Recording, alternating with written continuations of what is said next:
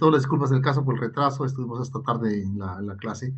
Muy bien, muy buenas noches con todos. En esta sesión académica del curso Manejo de Paciente Crítico, vamos a desarrollar arritmias en el paciente crítico, y esto implica las taquiarritmias y las bradiarritmias, y un procedimiento muy importante para enfrentar a las taquiarritmias, como es el procedimiento de terapia eléctrica conocido como cardioversión eléctrica. Muy bien. Este es un escenario bastante frecuente en el manejo del paciente crítico, ¿no? Un paciente que por síntomas múltiples como dolor de pecho, usualmente síncopes o palpitaciones, viene a nuestra sala de emergencia y conectamos a un monitor y podemos ver este ritmo, ¿no? Como vemos acá, este es un ritmo de un complejo estrecho, bastante rápido, 193 latidos por minuto, ¿no? O también podemos enfrentar que a este tipo de ritmo en el cual el paciente vino en la sala de emergencia porque estaba mareado, porque tuvo un síncope, ¿no? Porque se fatiga y tiene este ritmo que es un ritmo lento. Mientras el primer ritmo era de 195, que era una taquicardia extrema, ese es un ritmo con una frecuencia bastante disminuida, como es 45 por minuto, es bastante sugestivo de un cuadro de bloqueo de tercer grado, es un caso de bradicardia sintomática. Entonces, recordar que la conducción del impulso eléctrico, ¿no?, del corazón comienza en el nodo sinoauricular, se transmite por las fibras sinoauriculares al nodo auriculoventricular y de ahí pasa empecemos nuevamente, nodo sinoauricular, llega al nodo auriculoventricular, continúa por el haz de His y luego se divide en sus ramas derecha e izquierda y por último se transmite hasta las fibras de Purkinje que llegan al músculo miocárdico, ¿no?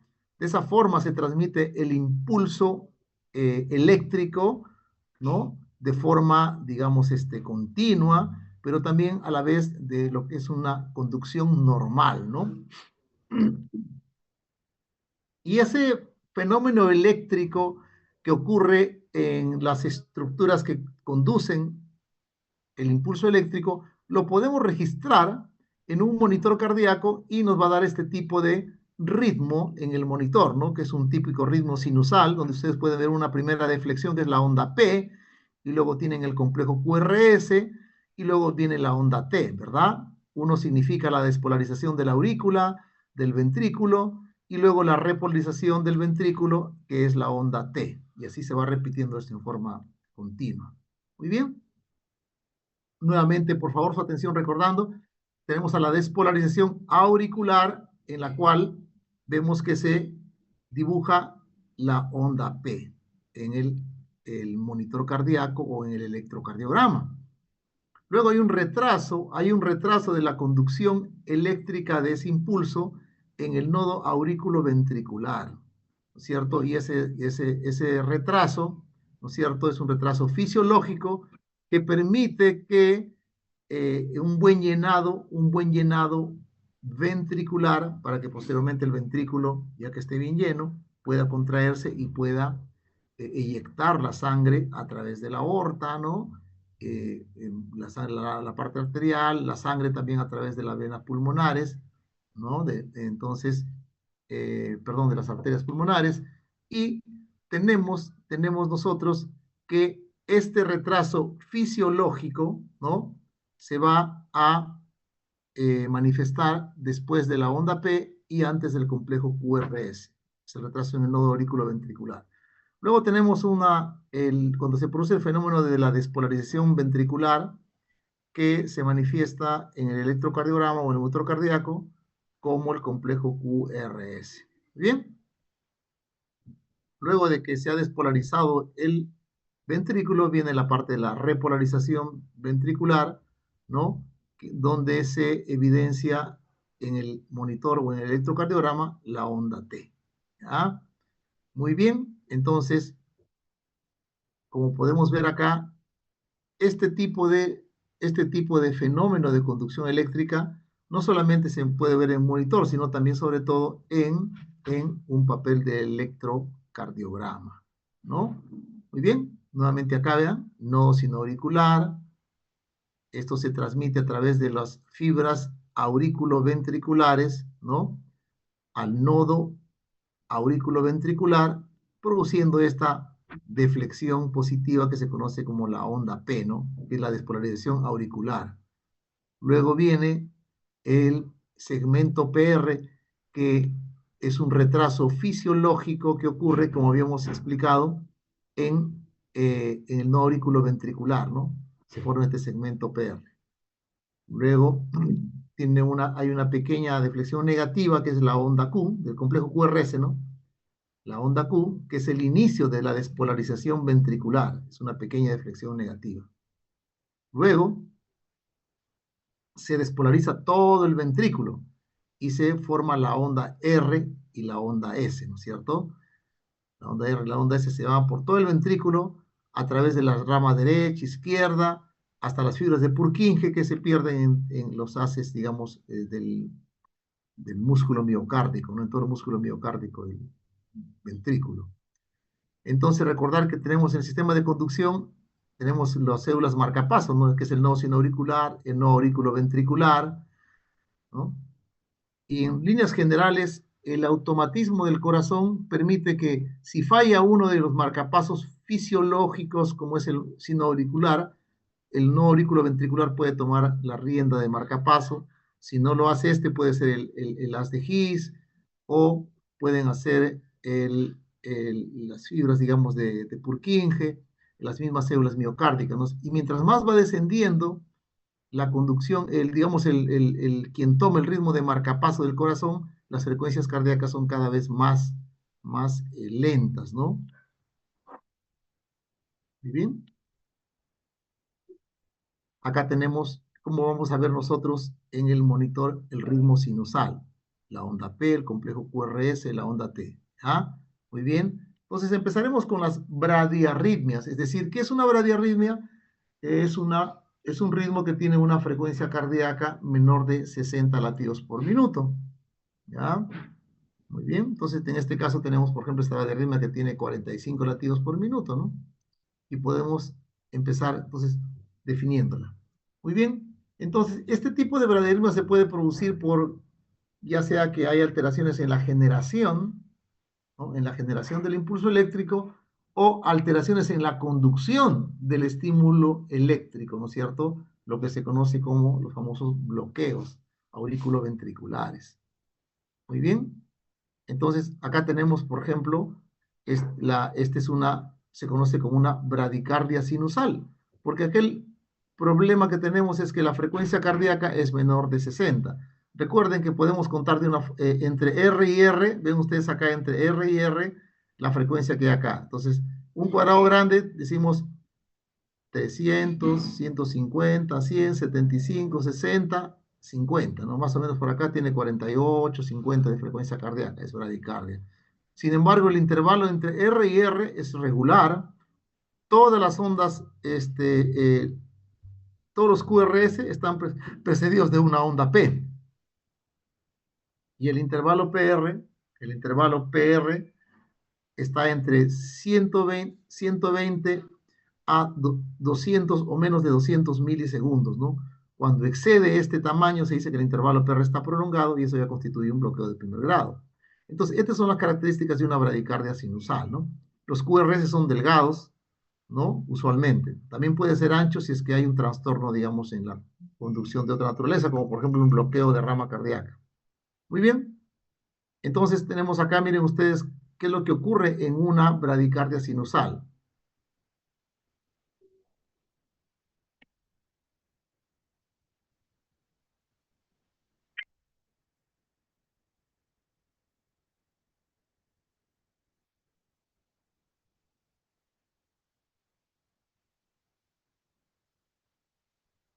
Muy bien, como podemos ver, fundamentalmente el problema aquí en la bradicardia sinusal radica fundamentalmente en una frecuencia cardíaca disminuida, menor de 60. Después, las otras características de la bradicardia sinusal son similares a un ritmo sinusal, es decir, todo complejo QRS va a preceder de una onda P, el PR es menor de 200 milisegundos, ¿no? Y el QRS es usualmente menos de 220 milisegundos, o sea, lo que se conoce como un QRS estrecho, que es el QRS normal. Acá ustedes lo pueden ver de esta forma en el monitor cardíaco. ¿no? Ven ustedes acá, se dibuja la onda P, el QRS y la onda T. La única diferencia, y son bastante, los CRR son, digamos, regulares, ¿no? Esta es otra forma de presentación, una bradicardia bastante extrema, ¿no? 38 de frecuencia cardíaca. Usualmente en los protocolos de bradicardia se considera como bradicardia clínicamente significativa cuando son menores de 50. Si bien es cierto la definición es menor de 60, cuando es menor de 50 se considera que significa que es una bradicardia significativa. Y definitivamente bradicardias por debajo de 40 ya tienen, hacen sintomatología, ¿no? Muy bien, entonces frecuencia menos de 60, RR regular, las ondas P siempre están presentes y preceden el QRS, el intervalo PR es menor de 200 milisegundos y el QRS es delgado. Muy bien, luego tenemos acá un trastorno ya en la conducción del impulso eléctrico. Tenemos el famoso bloqueo de primer grado, aurículo ventricular de primer grado o también conocido como bloqueo de Wenckebach, ¿no? Si ustedes observan, perdón, este bloqueo auriculoventricular de primer grado, si ustedes observan el PR, en donde se forma la onda P hasta que llega al R, tiene más de 200 milisegundos. Cada cuadrado grande, ¿no? Que tiene un grosor de 5 cuadraditos chiquititos, cada cuadrado grande es 200 milisegundos y definitivamente acá lo excede. Entonces, el fenómeno fundamental en el bloqueo auriculoventricular de primer grado es un alargamiento en el PR, nada más. La frecuencia cardíaca es normal, es decir, esto puede estar entre 60 y 70, el intervalo de RR es regular, las ondas P están presentes y preceden al QRS, el intervalo PR es mayor de 200 milisegundos. Recuerden que el intervalo PR normalmente es mayor de 120 milisegundos y menor de 200 milisegundos. Cuando es por encima de 200 milisegundos o 0.2 segundos, ya se conoce como un PRL prolongado. El QRS es delgado, ¿no? Miren ustedes acá cómo ocurre este fenómeno. Miren acá, fundamentalmente es el alargamiento del PR como está acá en este cuadrado azul, ¿no? El PR es el que está, digamos, el prolongado, nada más. Las otras características son similares a un ritmo sinusal. Ahora mírenlo por favor acá en este video.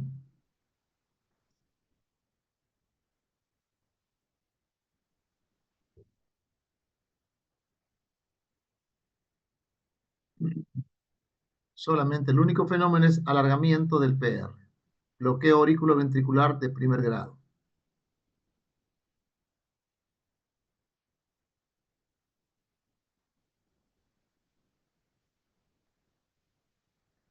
Acá lo vamos a ver. ¿Cómo lo vamos a ver acá en el monitor cardíaco? Y acá hay un pequeño video donde nos demuestra que fundamentalmente el problema es el alargamiento del PR, ¿no? Recuerden, el PR mayor de 200 milisegundos.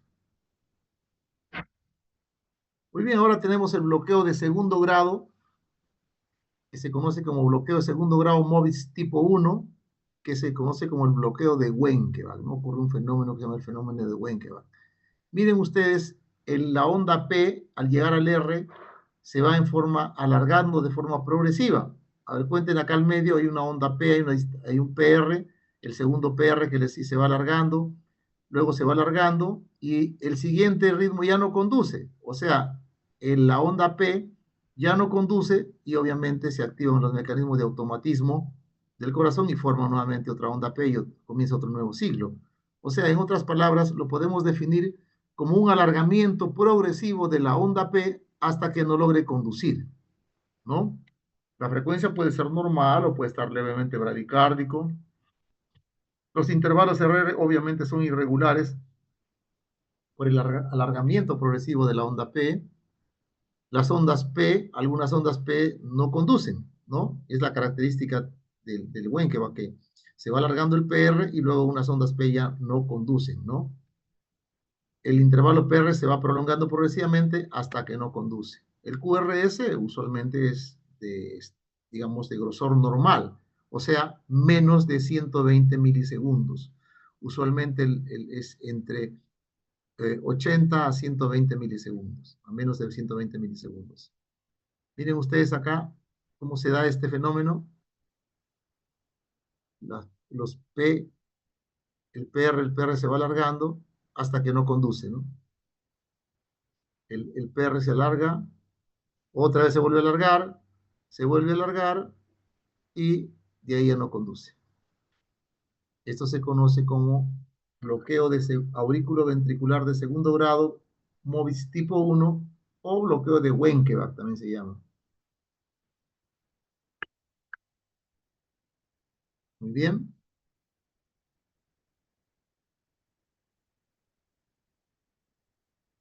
Acá pueden verlo en este dibujo, ¿eh? Cómo se alarga, se alarga, se alarga y después de la línea roja ya no conduce y empieza nuevamente otro ciclo, ¿no?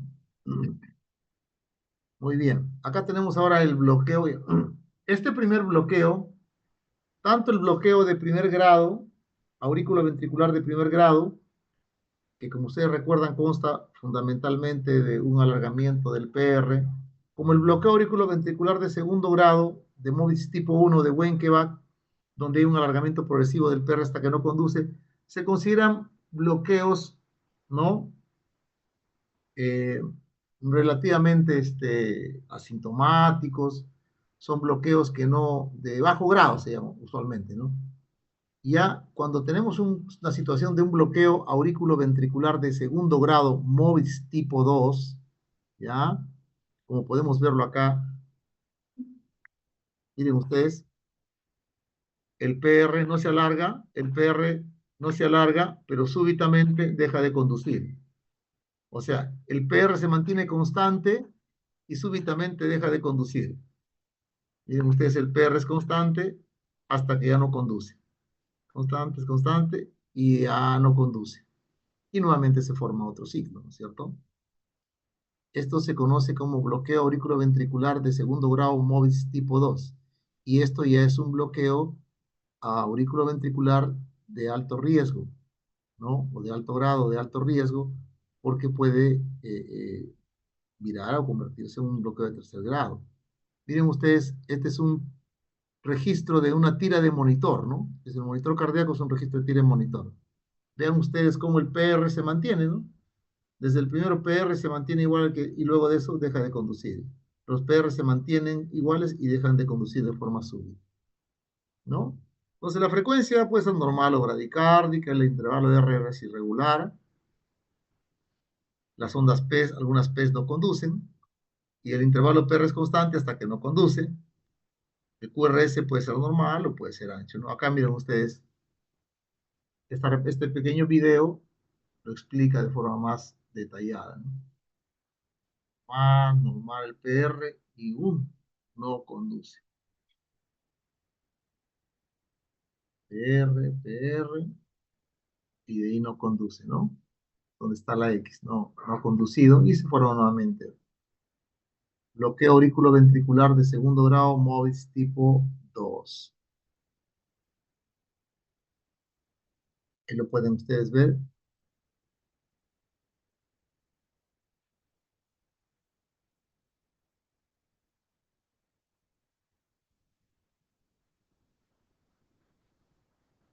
Muy bien. En un electrocardiograma lo van a ver de esa forma. Cuando tengan un electrocardiograma para ver mejor el ritmo, se van a la derivada 2, ¿no? Que está en la parte de abajo. Ustedes pueden ver ahí, ¿no? Cómo es que el PR se mantienen iguales hasta que en un momento, después de casi 1, 2, 3, a la cuarta ya no conduce. La cuarta P no conduce. A ver, miren en la parte de abajo.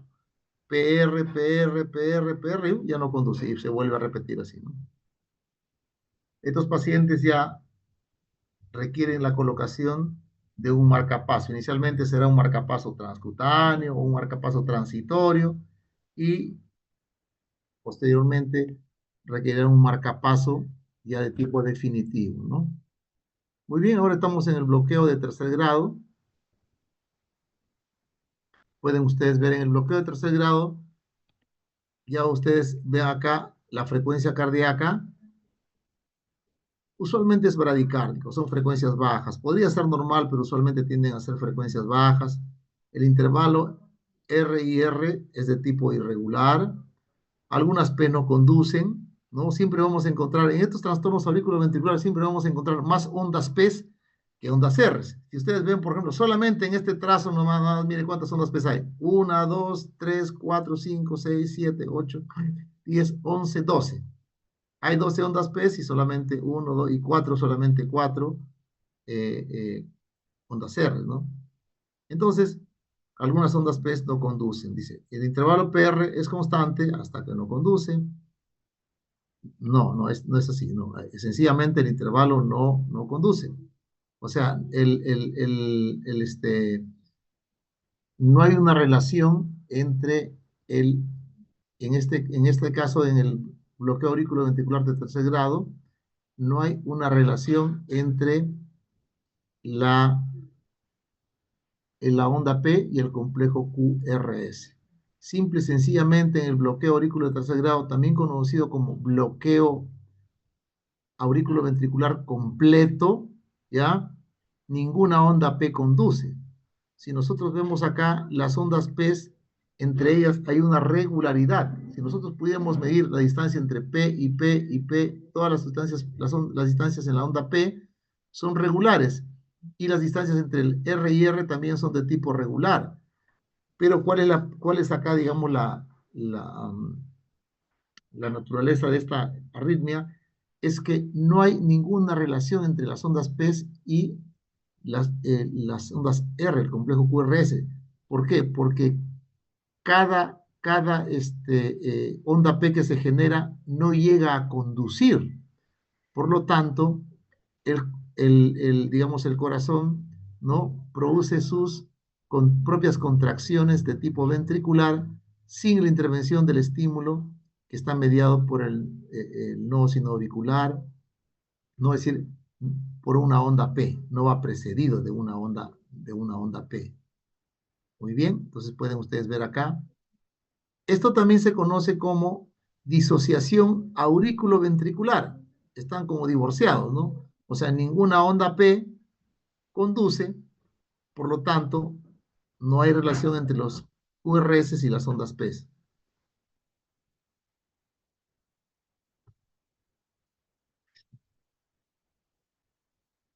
Muy bien. Acá pueden ustedes ver en este video las ondas P y los complejos QRS, ¿no? No hay relación entre ellos.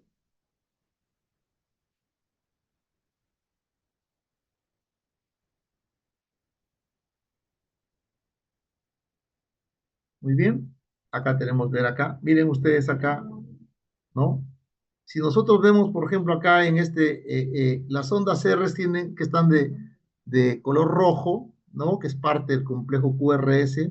Entre R y R hay cierta regularidad entre R y R, ¿no? Ustedes por las líneas rojas, véanlo por favor. Y si vamos a las ondas P, que están delimitadas por esta raya color celeste, ¿no? Vemos que hay regularidad en la aparición de las ondas P, sin embargo, no tienen relación con los complejos QRS, ¿cierto?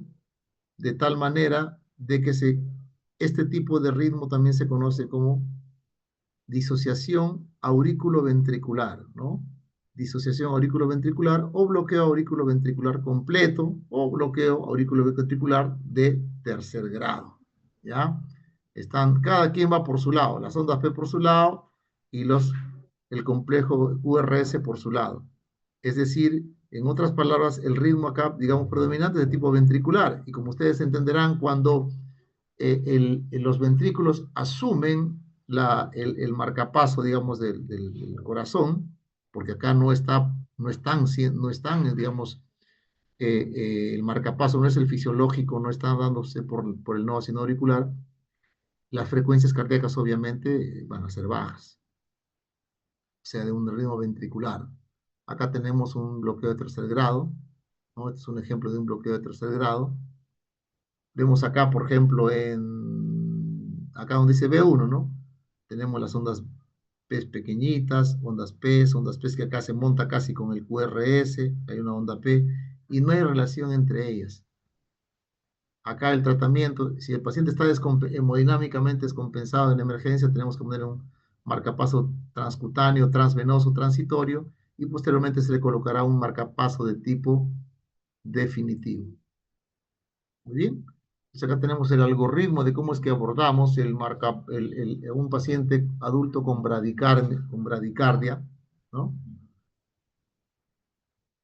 Y dice, tiene usted que valorar si clínicamente tiene pues sintomatología, ¿no? Y típicamente se toma como punto de corte la frecuencia cardíaca menos 50 o menos de 50, ¿no? No obstante que la definición de bradicardia es 60, ¿no? Pero usualmente se ha visto que frecuencias entre 50 y 60 pueden tranquilamente pasar asintomáticas, ¿no? Recuerden siempre lo primero es el ABCD, ¿no? Poner, si estoy hipoxémico, oxígeno, conectarlo a monitor, subiendo venosa. Y cuando nosotros enfrentamos a una bradiarritmia, lo primero que tenemos que preguntarnos es si mi paciente está estable o inestable. Eso es lo primero, ¿está estable o inestable? Cuando el paciente está inestable, ¿ya? Hay signos que se conocen como signos de inestabilidad hemodinámica. ¿Y cuáles son esos signos de inestabilidad hemodinámica? O sea, ¿qué es aquello que me permite decir a mí, no, la bradicardia está estable o está inestable? Es cuando el paciente presenta, uno, hipotensión con signos de shock. O sea, que está hipotenso, por si está con, no sé, puede estar con 90-50, pero la piel está fría, sudorosa, el llenado capilar está lento, el paciente está medio amodorrado, está medio bradisíquico, ¿no? Entonces, hay hipotensión con signos de hipoperfusión tisular, o sea, signos de shock. Cuando el paciente tiene alteración del estado mental, obviamente por una deficiente perfusión cerebral, ese corazón no está bombeando bien, no está llegando sangre al techo, siempre suelo explicarlo yo, ¿no? No le llega sangre al cerebro. Entonces, cuando el paciente, producto de esta mala perfusión que tiene, ese deterioro hemodinámico debido a la bradicardia, tiene un dolor torácico de tipo isquémico, ¿no? O sea, tiene un disconfort torácico de tipo isquémico, una opresión torácica, un dolor persistente, ¿no? ¿Ya? Entonces es un signo de inestabilidad. O si el paciente está evidenciando signos de falla cardíaca aguda, específicamente edema agudo de pulmón o algo que se le parezca, ¿no? Una ICC bastante evidente. Cuando el paciente tiene estos cuadros, este tipo de sintomatología, de falla cardíaca, disconfort torácico tipo isquémico, hipotensión con signos de shock, alteración del estado mental, inmediatamente el paciente, la indicación es colocarle un marcapaso, inicialmente si tienen transcutáneo, tenemos el marcapaso transcutáneo en la sala de laboratorio de simulación, un marcapaso transcutáneo, o la infusión de algunos medicamentos como dopamina o epinefrina. Eventualmente se puede tratar con atropina, pero usualmente con una bradicardia de, con una bradicardia que esté asociada a un, digamos, bloqueo auriculoventricular de tercer grado, es poco probable que sea efectiva. Pero se puede intentar, se le coloca 1 miligramo de atropina, ¿no? 1 miligramo de atropina y se puede repetir esto hasta cada 3 a 5 minutos, hasta máximo 3 miligramos. Eventualmente, si no mejora el paciente, que lo más probable es que se tenga que poner un marcapaso transcutáneo o una infusión de dopamina y epinefrina. Si es que el paciente no mejora con esto, tenemos que colocar un marcapaso transvenoso y hacer las coordinaciones rápidamente para que el paciente pueda recibir un marcapaso ya definitivo, ¿no? Si es que se tiene el entrenamiento, hemos tenido la oportunidad de colocar en varias ocasiones un marcapaso transvenoso, ¿no? Se puede colocar el marcapaso transvenoso. Muy bien, bueno, esto es lo mismo. Ahora vamos a las taquiarritmias. Vamos a las taquiarritmias. ¿Qué es una taquiarritmia? Es cualquier ritmo que tiene una frecuencia cardíaca mayor de 100 por minuto. Muy bien. Entonces, cuando nosotros evaluamos una taquiarritmia, nos tenemos que enfrentar primero al electrocardiograma, ¿no? Y podemos encontrar, pues, este tipo de ritmo, ¿no? Complejos QRS regulares, pero bastante rápidos, anchos, o complejos QRS estrechos, también bastante rápidos, ¿no? Casi 200, más de 270, más de 180 por minuto. Y si vemos el monitor, podemos pues ver diferentes tipos de ritmos, ¿no? Taquiarritmia, ¿no es cierto? Complejos estrechos de tipo regular, complejos estrechos de tipo regular, complejos anchos de tipo regular, complejos anchos de tipo irregular, ¿no? Entonces puede ser ciertamente intimidante, ¿no? Rápidamente revisamos un manual y tienen diferentes formas digamos, de clasificar a estas taquiarritmias según su frecuencia cardíaca, perdón, la frecuencia cardíaca, según el QRS, según si es ritmo regular o no, si tienen ondas PES, la relación PQRS, etcétera, ¿no? Hay diferentes formas digamos, de poder clasificar a las arritmias para poder llegar más o menos a un diagnóstico de qué tipo de ritmo podría ser. Pero recuerden lo siguiente, ¿no es cierto? Que nosotros debemos de tratar no solamente el ritmo cardíaco, no solamente el monitor cardíaco, sino fundamentalmente al paciente. Es decir, nuestro tratamiento está dirigido a evaluar la arritmia, pero tratar al paciente. Es decir, cómo es que esta arritmia ejerce un efecto hemodinámico y en qué grado de severidad lo ejerce sobre el paciente. ¿No es cierto? Entonces, hay que hacernos algunas preguntas. Lo primero es, ¿el paciente tiene síntomas? Luego es cómo está el ABCD, ya hemos aprendido cómo es el ABCD, ¿no? La vía aérea, su capacidad de ventilación, su circulación, neurológicamente cómo está. Preguntarse, ¿está estable o inestable? Con los criterios que hemos aprendido, ¿no? ¿La taquiarritmia es de origen ancho o es de QRS es ancho o angosto? ¿La taquiarritmia es de tipo regular o es irregular? ¿Los CRR son regulares o irregulares?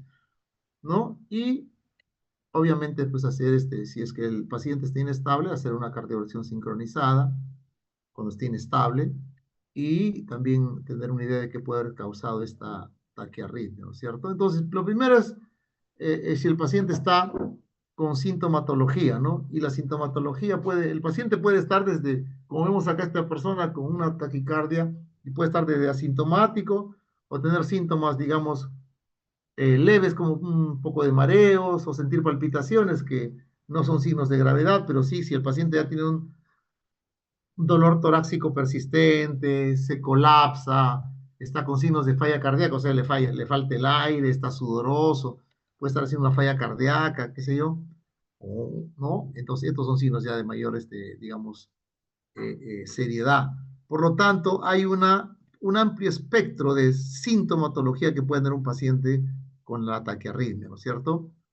Otro punto importante, que es un tip, es que usualmente una taquiarritmia, una taquicardia, ¿no?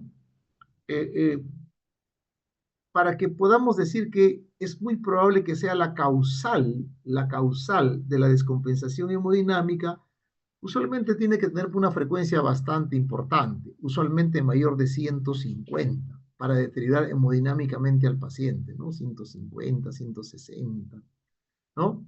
Porque muchas veces la taquicardia es parte del cuadro clínico de un paciente. Por ejemplo, esta taquicardia que está en 120 que vemos acá en esta tira de monitor, ¿no? Tiene 119, 120. El paciente es un paciente que tiene fiebre. Si usted tiene fiebre, ¿no? Entonces puede hacer esta taquicardia. Si está con dolor, está deshidratado, está con algún tipo de situación como un poco de hipoxia, un poco de hipovolemia, deshidratado, usted va a hacer un poco de taquicardia, ¿no? Entonces, y eso es poco probable que lo descompense hemodinámicamente un paciente, pero si tengo frecuencias cardíacas bastante altas, usualmente mayor de 150, es probable que sí sea la causal de mi descompensación hemodinámica, ¿no? Entonces, más o menos el acuerdo, digamos, es que sea usualmente por encima de 150. ¿Ah? Entonces, yo dudaría que sea la causa, si el paciente está hemodinámicamente inestable, que este 120 sea la causa, ¿no? De su inestabilidad hemodinámica, pero si yo veo esto 193 es muy probable que esto la sea, ¿no? ¿Cómo está el ABCD? Obviamente ver cómo está su vía aérea, si ventila bien, oxigena bien, su circulación, el nivel de conciencia, ¿no? Recordar los pacientes que tienen una taquiarritmia y que tienen una cardiopatía isquémica crónica, que están cruzando con un síndrome coronario agudo, que tienen ya una falla cardíaca crónica, sobre todo con una fracción de eyección ventricular menor de 40%, que tienen cardiopatía estructural, estos pacientes son de riesgo. Rápidamente se pueden descompensar durante el desarrollo de la taquiarritmia, ¿no? El otro punto es ver, ¿está estable o inestable? Ya habíamos aprendido que la estabilidad hemodinámica se juzgaba en relación a la sintomatología que hacía el paciente, pero eran básicamente cuatro criterios, ¿no es cierto? Miren ustedes este ritmo, miren. Este paciente tiene 193 de frecuencia cardíaca, ¿no? Que está bastante alta, ¿no? Lo normal es tener 70, 80, 90, ya por encima de 100 se llama taquicardia, tiene 993. Este paciente podría estar con la presión 135, 83, o sea, regio, ¿no? Su presión bien. Podría estar con 100 sobre 50, medio hipotenso, más o menos, o al filo, ¿no? Al filo del abismo. O podría estar, evidentemente, como vemos acá, evidentemente en un shock, ¿no? Circulatorio, ¿no? 60 sobre 36, o sea, está con un deterioro hemodinámico importante, ¿no? De tal manera que, y ser la mismo tipo de taquiarritmia. O sea, en otras palabras, nosotros miramos al EKG, al monitor, lo evaluamos, pero tratamos al paciente. Es decir, tenemos que evaluar cuál es el impacto hemodinámico de esa taquiarritmia sobre nuestro paciente, cómo es que éste lo tolera o no lo tolera, ¿no? Muy bien. Entonces, miren ustedes este tipo de ritmo, por ejemplo, ¿no? Este tipo de ritmo, ¿ya? Se llama taquicardia ventricular y el paciente eventualmente podría estar hasta hemodinámicamente estable, ¿eh? Claro, no le va a durar mucho tiempo eso, ¿no? Pero puede estar en un breve periodo de tiempo, ¿no? Hemodinámicamente estable, hasta que el corazón comienza a agotarse y comienza a hacer un poco de hipotensión, hasta que llega una hipotensión extrema y hace síntomas, y ya se considera hemodinámicamente inestable. Mientras que en el primer escenario se trata con drogas, amiodarona, procainamida. En el segundo escenario tiene que recibir una cardioversión eléctrica. Pero también este paciente con ese mismo ritmo podría estar clínicamente muerto y recibiría el nombre de una taquicardia ventricular sin pulso. El mismo ritmo. ¿Ya? Entonces, eso es para ejemplarizar que vemos pacientes que portan una taquiarritmia. No solamente la taquiarritmia, no solamente el monitor de electrocardiograma. Este paciente, este ritmo se llama fibrilación ventricular y como sabemos, este es un ritmo de muerte. Este paciente no tiene pulso, no respira, está clínicamente muerto. ¿Cuándo decimos que un paciente está inestable? Lo que hemos mencionado, si tiene dolor torácico persistente, hipotensión más signos de shock, edema agudo de pulmón o signos de falla cardíaca severa, trastorno agudo de conciencia y trastorno agudo de conciencia, estas cuatro cosas, ¿no es cierto? Dolor torácico persistente, hipotensión más signos de shock, falla cardíaca aguda severa, edema agudo de pulmón, trastorno agudo de sensorio, ¿no? Y cuando estos pacientes tienen algunos de estos criterios de inestabilidad, en una taquiarritmia el manejo es cardioversión eléctrica sincronizada, ¿verdad? O sea, cardiovertir al paciente, es decir, tenemos que darle chicharrón, ¿no? Tenemos que darle su descarga eléctrica sincronizada, ¿no?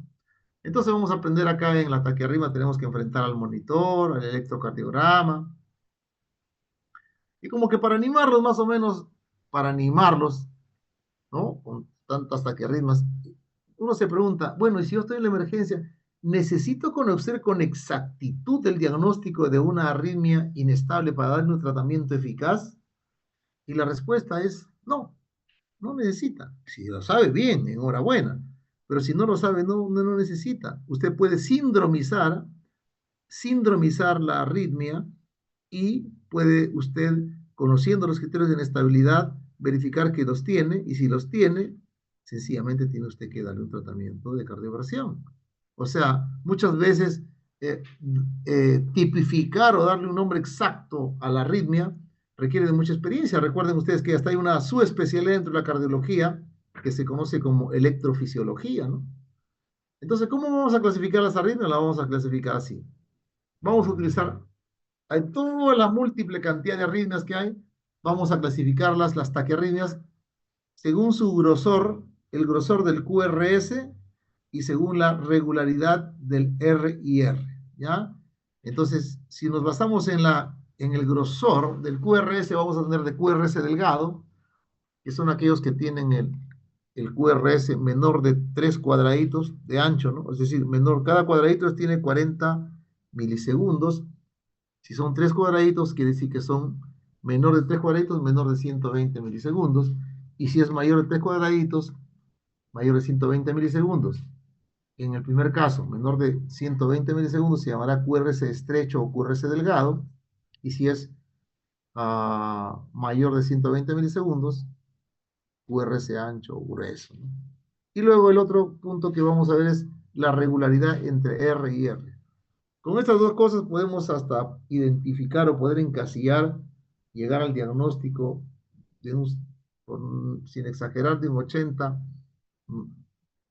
90% de las taquiarritmos que nos vamos a encontrar en la práctica médica, ¿ya? Por ejemplo, miren ustedes acá, vamos a ver acá, miren ustedes acá, el paciente viene, tiene sus síntomas, ya miren ustedes acá.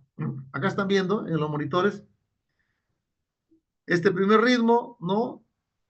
Tiene complejo QRS ancho, este tiene QRS regular, este tiene grueso y de tipo regular, este tiene complejos QRS gruesos, pero de tipo irregular, este tiene complejos estrechos, pero sumamente regulares, este complejos estrechos, pero muy irregular, y usted lo puede ver acá en el timer, cómo varía en la parte baja, y este de acá es otro tipo de ritmo, ¿cierto?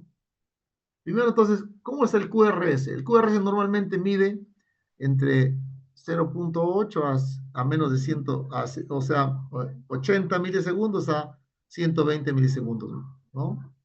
Más de eso, perdón, menos de eso, entre 80 y 120 se considera QRS angosto. Más de 120 se considera QRS ancho, ¿no es cierto? Como podemos ver acá. Se mide desde el principio, ¿no? El QRS se mide desde cuando empieza la onda Q hasta donde termina la onda S. Ustedes pueden verlo acá. Miren ustedes. Complejo ancho. Vamos a ver acá la parte baja, por ejemplo, una taquicardia ventricular.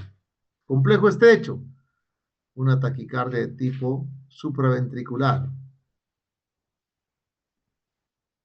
Entonces, las distancias entre RR son regulares, pueden ver ustedes acá, por ejemplo. Usted mide entre RR, ¿no? Si son iguales, se considera de tipo regular, ¿no? Si son desiguales, se considera irregular, ¿cierto? Muy bien.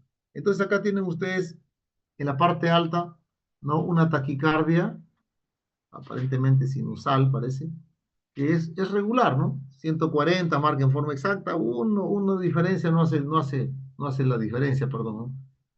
Es regular. Sin embargo, ustedes ven en la parte baja, que es una taquiarritmia de complejo QRS estrechos o delgados, pero que es sumamente irregular, ¿no? Y lo bloquea ahí al timer, mire usted, 143, 153, 139, 141.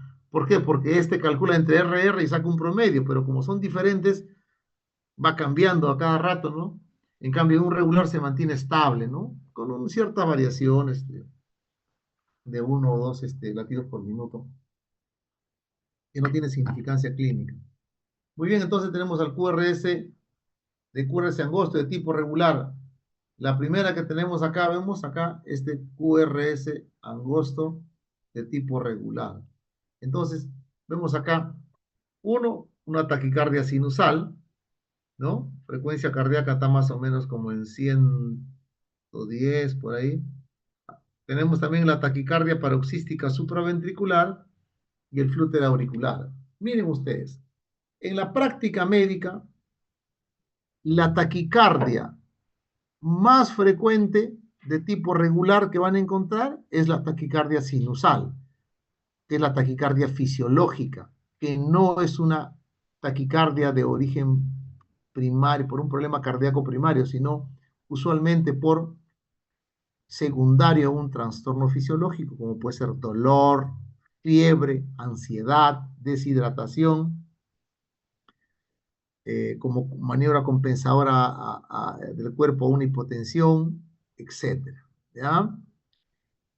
Pero de las patológicas, la taquiarritmia o la taquicardia de complejo estrecho de tipo regular más frecuente en la práctica clínica es la taquicardia supraventricular, también conocida como la taquicardia paroxística supraventricular. ¿Ya? Esa es una pregunta de examen. ¿Ah? ¿Cuál es la taquicardia de complejo estrecho de tipo regular más frecuente en la práctica clínica? La sinusal, pero de las patológicas, la taquicardia paroxística supraventricular. Diferencias, uno, si usted se da cuenta, no hay una onda P bien definida acá en la supraventricular. No se ve la onda P. En cambio, así se ve una onda P bien definida y en la taquicardia sinusal. Segundo, las taquicardias paroxísticas supraventricular usualmente, casi siempre son frecuencias cardíacas por encima de 150, 160, hasta 250. ¿No? En cambio, en la taquicardia sinusal usualmente va entre 100 a 140, no más de 150, ¿no? Por más que tenga fiebre o dolor. Y acá este flúter auricular lo van a ver muy eventualmente, a veces asociado a fibrilación auricular o no. Este flúter auricular tiene, como ustedes pueden ver, unas ondas F mayúsculas en la línea de base.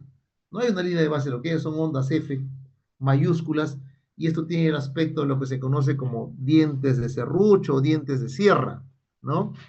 Este flúter auricular. Muy bien. Y esto ustedes lo pueden ver, esto ustedes lo van a ver en el monitor de esta forma. Miren ustedes acá, la taquicardia sinusal, ¿no? Una taquicardia supraventricular y un flúter auricular, ¿no? Las ondas F o ondas descendientes de serrucho, que pueden ver acá el flúter. El flúter puede ser regular o irregular dependiendo cómo se dan las conducciones. Miren ustedes acá, por ejemplo, ven ustedes que entre RR hay 1, 2, 3, 4 digamos, como dientes de serrucho, ¿no?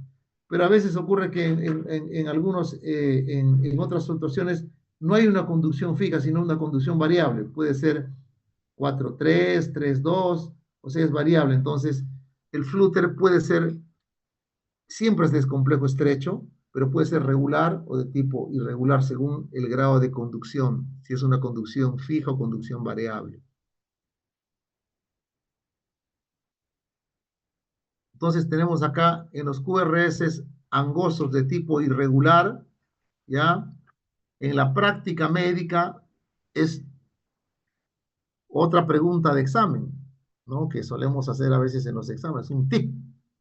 ¿Cuál es la taquiarritmia patológica de complejo QRS estrecho y de tipo irregular que más frecuente observa usted en la práctica médica? Esa es una pregunta. ¿Cuál es esa? Y esa es la reina de las arritmias, ¿no es cierto? La fibrilación ventricular, perdón, auricular, ¿no? La fibrilación auricular. La fibrilación auricular se caracteriza por tener QRS estrechos, los RR ser de forma irregular y en la línea de base son unas ondas fibrilatorias, también conocidas como ondas F minúsculas, ¿ya? Ondas F minúsculas. Y así se le conoce a este tipo de ondas F minúsculas.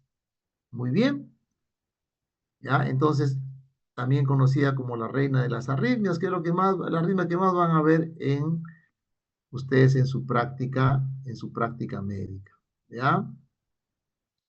Muy bien, entonces tenemos acá uno, la fibrilación auricular. Dos, este es un flúter, miren. Pero este flúter, como les había dicho, tiene las ondas F o dientes de serrucho, pero tiene una conducción variable. En unos hace 1, otros hace 3, ¿no es cierto? La conducción es variable. O sea, entre RR unos tiene 3 ondas de serrucho y en la otra tiene solamente una, ¿no? Y así va variando.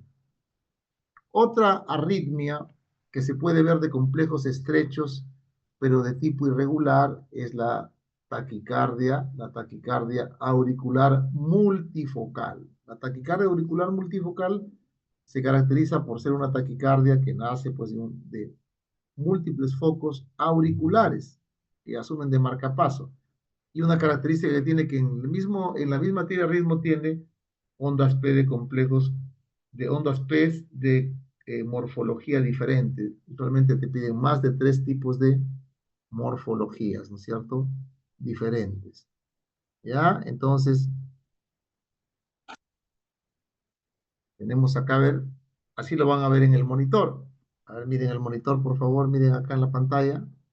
Así van a ver ustedes en el monitor.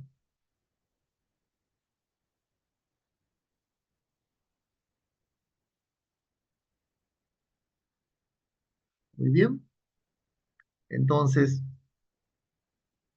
tenemos acá, tenemos acá estas taquiarritmias de complejo QRS angosto y de tipo regular en el monitor. Esta que está en la parte alta, RRs irregulares, muy cambiantes. Vean ustedes en el cronómetro que tiene acá el marcador de la frecuencia, varía mucho, se bloquea, ¿no?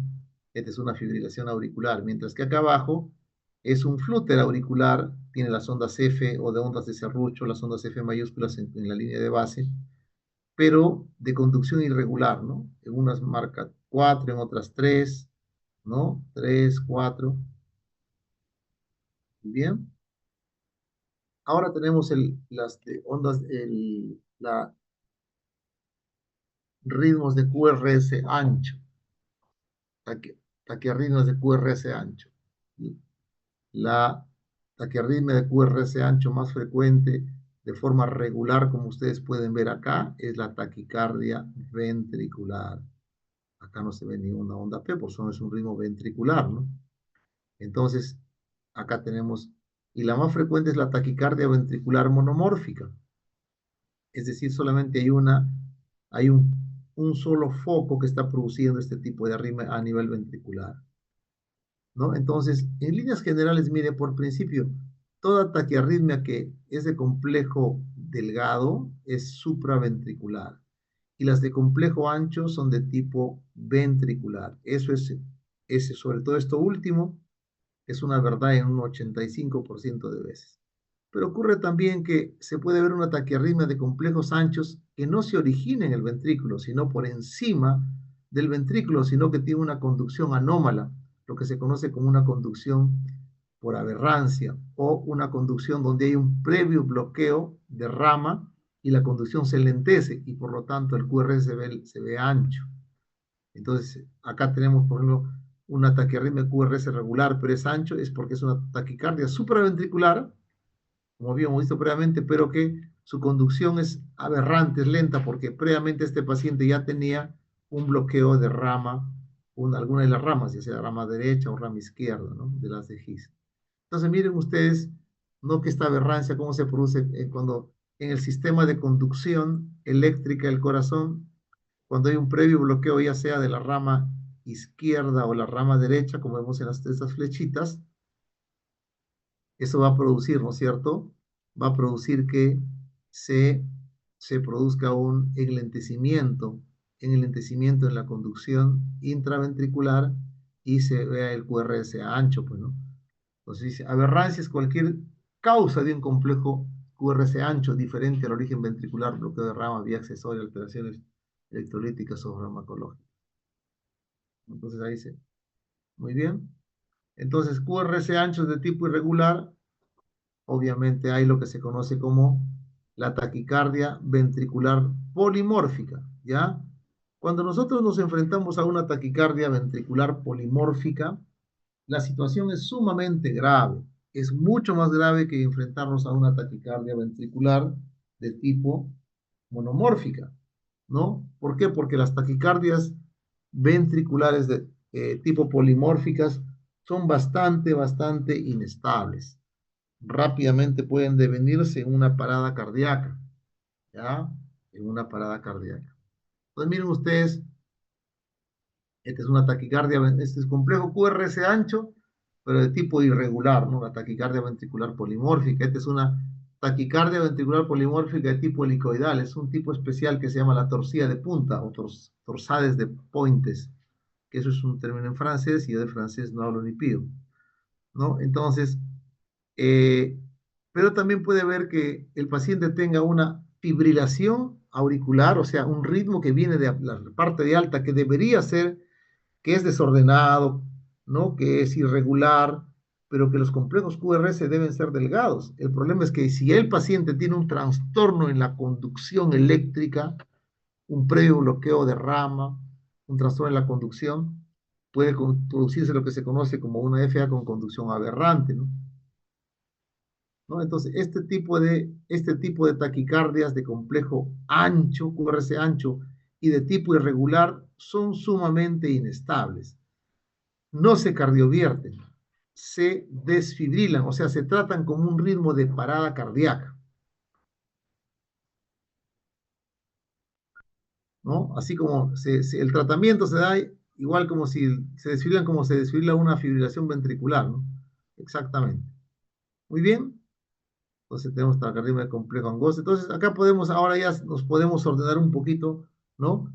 Cuando nosotros vemos a una taquiarritmia, podemos decir, ¿cómo es complejo que QRS? Angosto es ancho o delgado.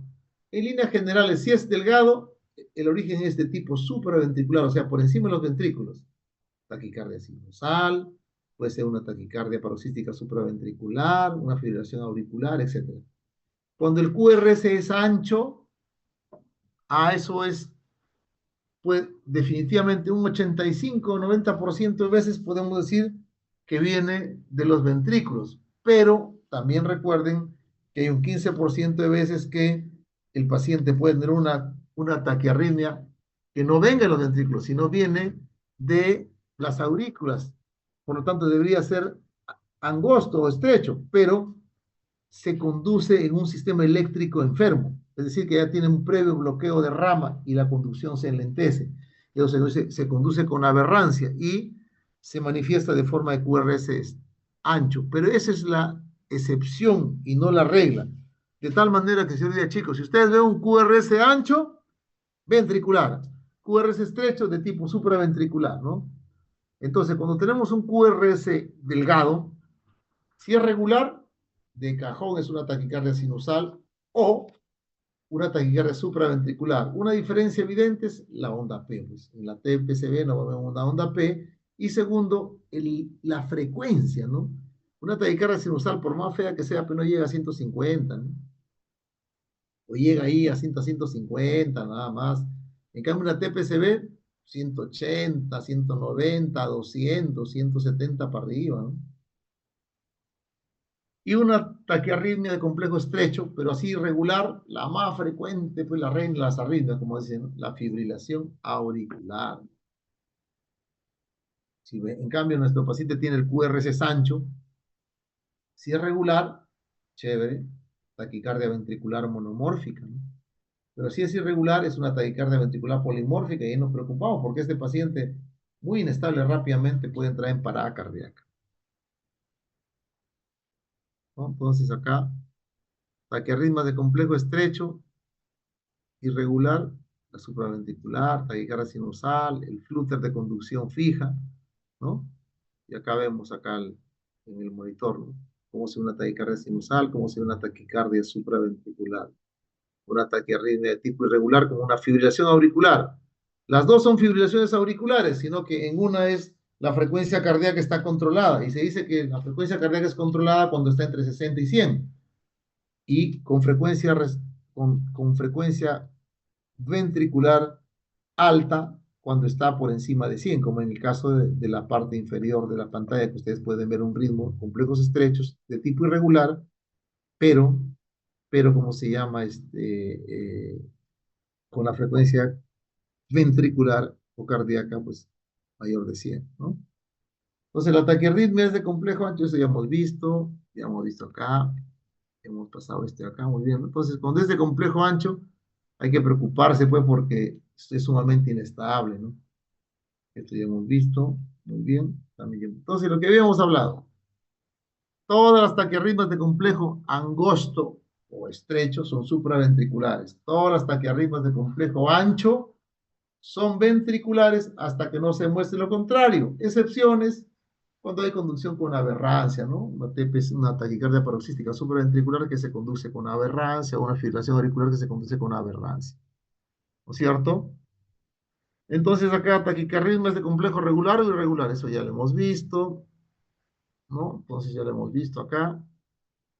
Y acá está este, este algoritmo que es más o menos, a ver chicos, acá, este es de las guías del 2021, que son las últimas guías del soporte cardíaco cardiovascular avanzado. Y miren ustedes cómo se hace la siguiente pregunta también. Cuando tienen, así como ustedes en la bradicardia, la primera pregunta que se hace, ¿está estable o inestable? Es acá, dice. Si es que el paciente está inestable, o sea, tiene shock, hipotensión con shock, pérdida de conciencia, alteración de la conciencia, isquemia miocárdica no persistente, signos de falla cardíaca aguda o insuficiencia cardíaca severa. Si es sí, usted tiene que darle cardioversión eléctrica, cardioversión eléctrica. Y si es que es no, entonces usted tiene que evaluar ya el QRS es estrecho, y si es estrecho es regular o irregular, y entra lo mismo, ¿no? Entra lo mismo. Por ejemplo, dice, si es de, por ejemplo, decir, QRS de tipo estrecho, ¿no? Entonces se pregunta, si es de tipo irregular, la más frecuente pues es una fibrilación auricular, ¿no? ¿Es cierto? Y si es de QRS ancho, de tipo regular, la más frecuente, taquicardia ventricular, pues, ¿no es cierto? Si está estable, su amiodarono procainamida, ¿no? Y así, muy bien. Entonces ya tenemos el paciente con su arritmia, ¿no? Ya habíamos visto que cuando un paciente tiene signos de descompensación hemodinámica como esta, trastorno de la conciencia, dolor torácico, signos de falla cardíaca, ¿qué hay que hacer? El paciente está inestable. ¿Qué tiene que hacer? Tiene que darle chicharrón, ¿no? Tiene que cardiovertirlo, que es la entrega de una energía sincronizada. Dice, tienes que darle chicharrón al paciente, ¿no? Por último, vamos a recordar rápidamente la cardioversión eléctrica, ¿no? Esto requiere que el personal esté capacitado en soporte cardíaco avanzado y de la vía aérea, ¿no? Tener siempre su, si usted va a cardiovertir, su cochecito de paro donde tenga todos sus medicamentos. Hay que tener a la mano una buena fuente de aporte de oxígeno por si el paciente se complique, una buena vía endovenosa, los equipos para monitorizarlo si se complica, ¿no? Su oxímetro de pulso, su monitor multiparamétrico, tener para tomarle su electro, ¿no? Hay que, si le vas a meter una descargada eléctrica, tienes que darle pues un poco de analgesia, ¿no? Sedación y analgesia, tener tus parches o también tus electrodos, ¿no? Lo colocamos los electrodos, ya tenemos todo verificado, ¿no? Y ya hacemos la cardioversión eléctrica, ¿no es cierto? No olvidarse el conductor para que no queme y tenga buen contacto entre la interfase de las palas con la piel del paciente. Una vez que, importante, sincronizar la energía. Esa es la diferencia fundamental entre cardiovertir y desfibrilar, la sincronización de la energía. ¿Y qué significa sincronizar? Que la máquina detecta a la onda R, que es un momento, digamos, de refractario absoluto, ¿no? Ya detecta la onda R y ahí es donde va a dar la descarga, ¿no?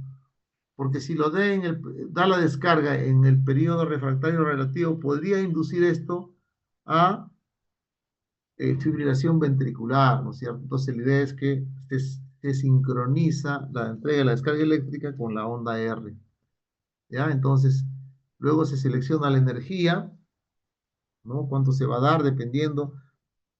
Usted, eh, una vez que ha sindromizado su taquiarritmia, en base a eso es la energía. Mire usted, no necesita usted tener el nombre y apellido exacto de la arritmia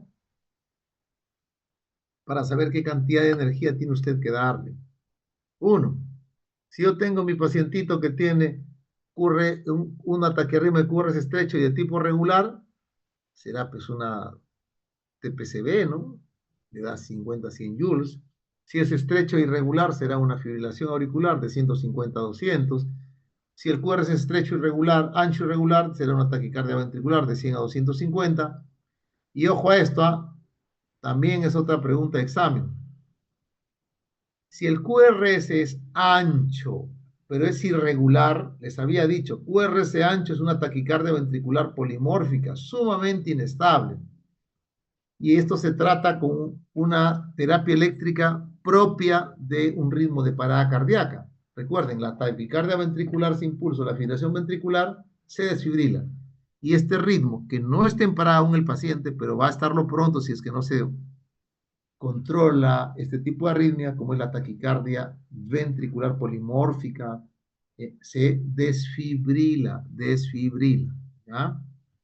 Entre 150 a 200 joules, ¿no? Selección de energía, importante antes de descarga eléctrica, usted, nadie toque al paciente, lo dice en voz alta y verifica visualmente que nadie esté tocando al paciente. Y procede a dar la descarga, ¿verdad? Y luego de eso tiene usted que investigar la causa, porque nadie se hace una taquiarritmia del Espíritu Santo, ¿no? Por alguna cosa hecho. Puede ser que el paciente tenga, por ejemplo, este paciente, ¿no? Vino acá con esta taquiarritmia, se le sacó la taquiarritmia y se le tomó un electro, tenía un infartazo, ¿no? Este es un infarto anterior extenso. Va cateterismo, pues, vino por la taquicardia ventricular. Se le metió su quemada, se le cardiovertió, y después de eso, su electro, y se ve que tiene este patrón en aleta de tiburón, ¿no? De shark fin pattern, ¿no? El patrón de aleta de tiburón, usted puede ver acá en B1, V1 y V2, este es propio de una alteración genética, que es una canalopatía, que es una alteración en los canales de sodio, ¿no? Del miocardio, y este paciente se conoce como el síndrome de Brugada, ¿no? Entonces, tiene que, tienen que colocarle un cardiovertor implantable, ¿no? Porque estos pacientes tienen alto riesgo de entrar en un ritmo de taquicardia ventricular o fibrilación ventricular. Entonces, tiene que tener un desfibrilador implantable, como ustedes ven ahí. De repente mi paciente viene con esta taquiarritmia, eso hemos visto bastantes veces, hemos enseñado en la clase, tiene este tipo de taquicardia y de repente el paciente le tomamos, controlamos taquiarritmia, al toque sacamos un electro y vemos acá unas T picudas, QRS ensanchados, y nos dicen que el paciente es renal o dosamos y ya tenemos el examen del electrolito del paciente, tiene el potasio pues en 9. Este es un hipercalemia, ustedes ya saben, ¿no? Gluconato a mí, 2, 3 ampollas de gluconato, su infusión de insulina con dextrosa y lo llevamos a diálisis al paciente, pues, ¿no? Y con eso salvamos la vida del paciente, ¿no es cierto? Bueno, chicos, si ustedes han llegado hasta aquí, despiertos, ustedes son mis héroes. Gracias por su interés, gracias por su atención. Un fuerte abrazo, Ricardo Palmino. Buenas noches.